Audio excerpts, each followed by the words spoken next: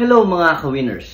Andito naman po tayo sa ating episode ng barya-barya lang, diba? So, ano ba ang ginagawa ko lately, no? Lately, pag meron po akong chance, pumunta ako ng bangko, nagpapapalit po ako ng coins, no?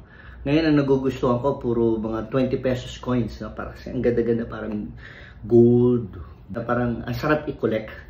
No, syempre, yung value nito, 20 pesos lang din. Pero in the years to come, hindi natin alam kung ano magiging value ng ating kinukolect. So, samahan nyo ako. Checkin natin kung ano yung ginagawa ko.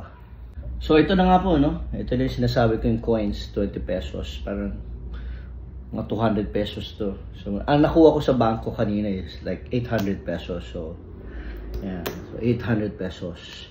Anong ginagawa ko dyan? Siyempre, bubuksan natin yan. Checkin natin kung ano yung pinakamaganda. Yun ang ating itatago. Then, siyempre, ang ginagawa ko pa, nanghihingi po ako talaga ng barya, coins. Yung mga sukli-sukli sa akin, sukli-sukli na mga kaibigan, kamag-anak, hinihingi ko po yun. Tapos kinukuha ko yung best possible coins na pwede ko i-save. At kung hindi ko naman siya type, dito ko siya nilalagay. Yan. Diyan ko po siya nilalagay. Sa isang container. Ano naman ang gagawin natin pagka marami na tayong naipon na coins? Siyempre, we will give it away sa ating mga kabataan. Sana marami tayong matulungan. So pag ako po nanghingi sa inyo ng coins, hindi po para sa akin. Para po sa mga kabataan. Di ba? So checkin natin yung 20 pesos coin. So ito na po, bubuksan natin. Medyo madikit po Madikit po. Yan. Di ba?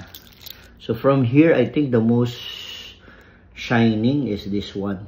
Tingnan nyo. I think this one.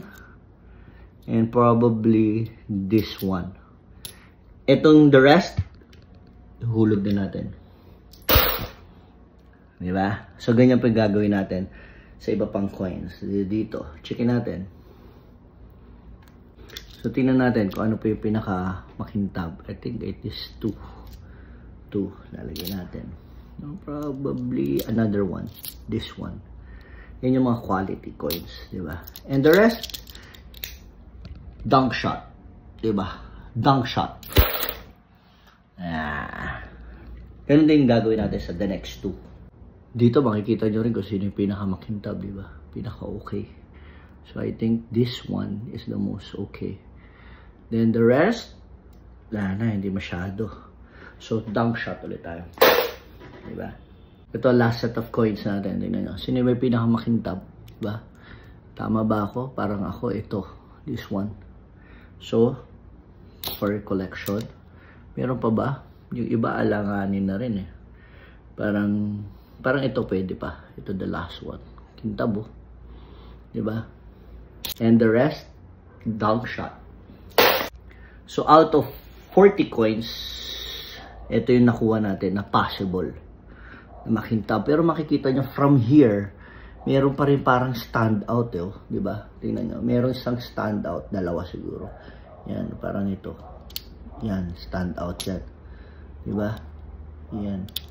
Ito stand out. Ito pinaka-stand out sa kanilang lahat. Diba? So, ito pwede natin itago kasi among the 40 coins, ito yung medyo okay. Pero we will check this again. Diba? But again, of all the 40 coins na 20 pesos, itong winner na winner. Yan kintab. Yan ang pang collection. Diba? So ilalagay na natin yan sa slab. So ganyan po yung mga ginagawa ko. So mga ka-winners, yan po ang diskarte ko sa 20 pesos coins. Kayo, ano po ba diskarte nyo? Winner.